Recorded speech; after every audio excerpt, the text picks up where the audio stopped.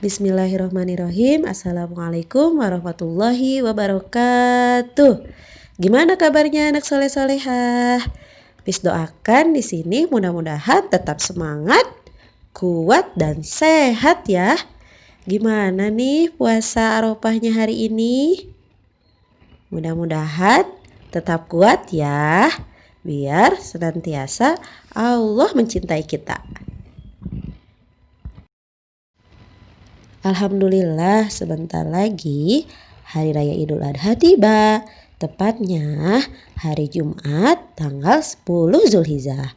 Pada saat Idul Adha, Allah Subhanahu wa taala dan Rasulullah Shallallahu alaihi wasallam memerintahkan umat Islam yang mampu untuk berkurban.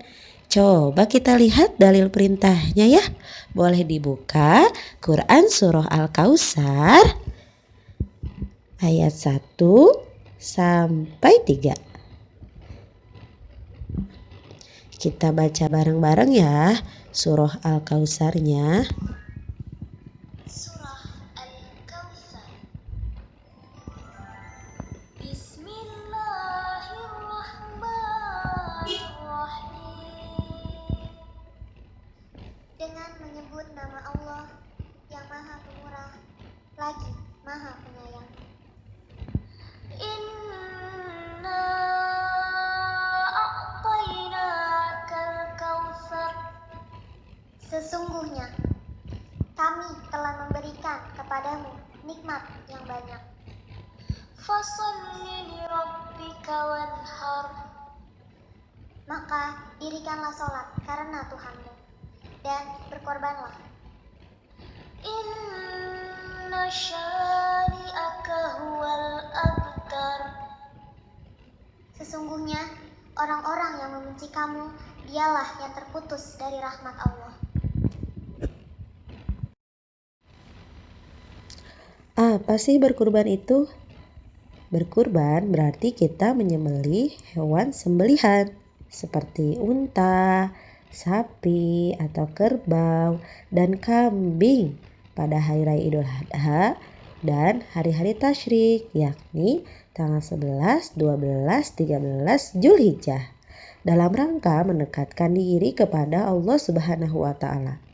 Kurban bersifat sunnah muakkad. Maksudnya apa ya?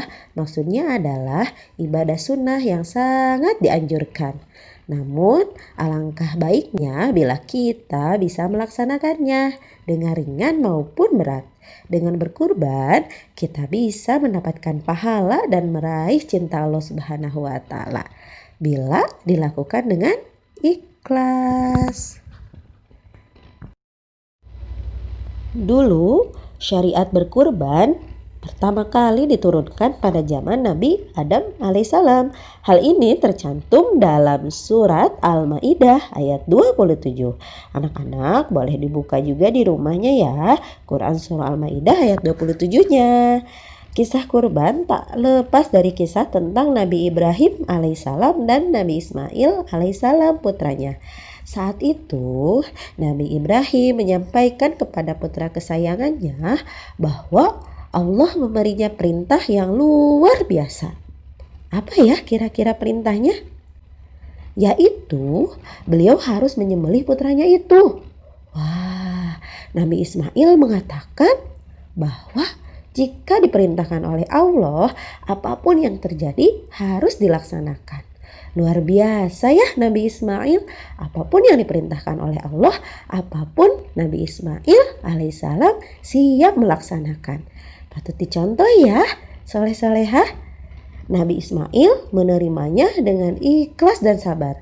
Nabi Ibrahim alaihissalam dengan keimanan yang kuat dan kesabarannya pun siap melakukan. Luar biasa ya antara Nabi Ismail dan Nabi Ibrahim. Mereka berdua memiliki keimanan yang kuat dan kesabaran yang kuat. Luar biasa. Bisa menerima apapun yang diperintahkan oleh Allah Subhanahu wa taala. Karena keimanan yang kuat dan kesabarannya Nabi Ibrahim dan Nabi Ismail alaihissalam, Allah menunjukkan kasih sayangnya. Allah mengganti Nabi Ismail di tempat kurban dengan seekor domba. Nabi Ismail pun akhirnya selamat. Dari kisah ini kita bisa ambil kesimpulan bahwa Allah sebenarnya tidak membutuhkan kurban yang kita sembelih. Namun Allah melihat keikhlasan dan ketaatan kita dalam melaksanakan kurban. Ternyata kita semua hamba Allah bisa kok tetap berkurban.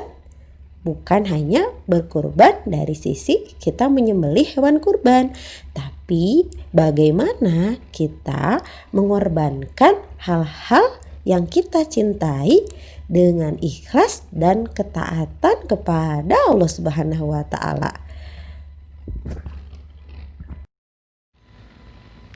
Anak-anak, ada banyak manfaat dari ibadah kurban.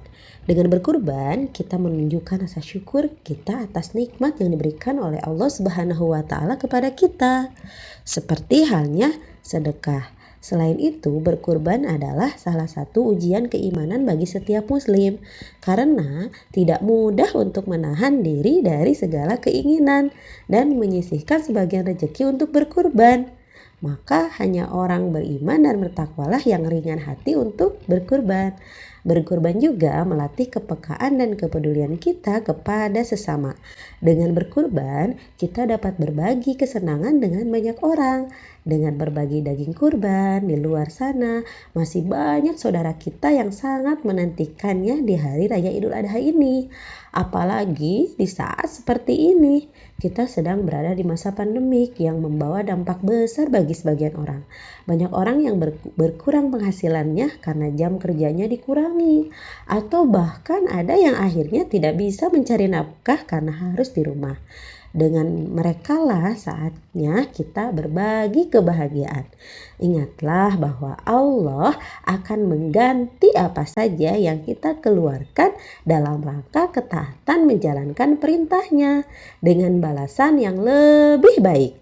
Mari kita belajar dari Nabi Ibrahim alaihissalam dan Nabi Ismail alaihissalam dengan mematuhi perintah Allah Subhanahu wa taala. Selain itu, juga agar kita bisa saling berbagi kebahagiaan dalam kesulitan. Kita bisa menyisihkan sedikit dari nikmat Allah yang diberikan kepada kita. Jadi, maknanya bukan hanya di hari Idul Adha ini kita menyembelih hewan kurban saja, tapi Allah ingin menunjukkan kepada kita bahwa Zulhijjah ini kita diperintahkan untuk bagaimana menyisihkan atau berbagi kepada sesama agar semuanya berbahagia di bulan Zulhijjah ini. Kita bisa menyisihkan sedikit dari nikmat Allah yang diberikan kepada kita. Kalau kita bersungguh-sungguh dan niat untuk berkurban, insya Allah akan memberikan kemudahan. Mari berkurban. Selamat Idul Adha.